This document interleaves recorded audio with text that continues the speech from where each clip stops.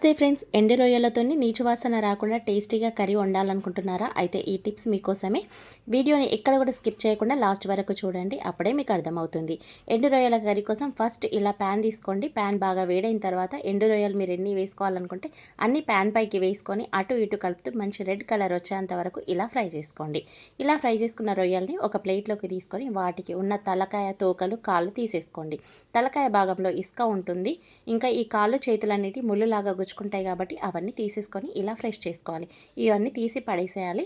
ఇలా ఫ్రెష్ చేసుకున్న రొయ్యల్ని ఒక వాటర్లోకి వేసుకొని దాదాపు ఒక 10-20 నిమిషాల వరకు ఇలా వాటర్లో నానబెట్టుకుంటే వాటికి ఉన్న నీచు వాసన మొత్తం పోతుంది. ఈ కర్రీ వండుకునేటప్పుడు ఇట్లా ఆయిల్లో ఫ్రై చేసుకోవడం వల్ల వాటికి ఉన్న నీచు వాసన మొత్తం పోతుంది. ఇంకా మనం ఇలా టేస్టీగా కర్రీ వండేసుకోవడమే. ఇంకా లాంగ్ వీడియో ప్రాసెస్ కూడా మన కుకింగ్ ఛానల్లో ఉంది. నేను కింద లింక్ ఇచ్చేస్తాను. ఓపెన్ చేసి చూసి చేసుకోవాలనుకున్న వాళ్ళు చేసేసుకోండి. వీడియో నచ్చితేనైతే ఒక లైక్ ఇచ్చేసేయండి ఫ్రెండ్స్.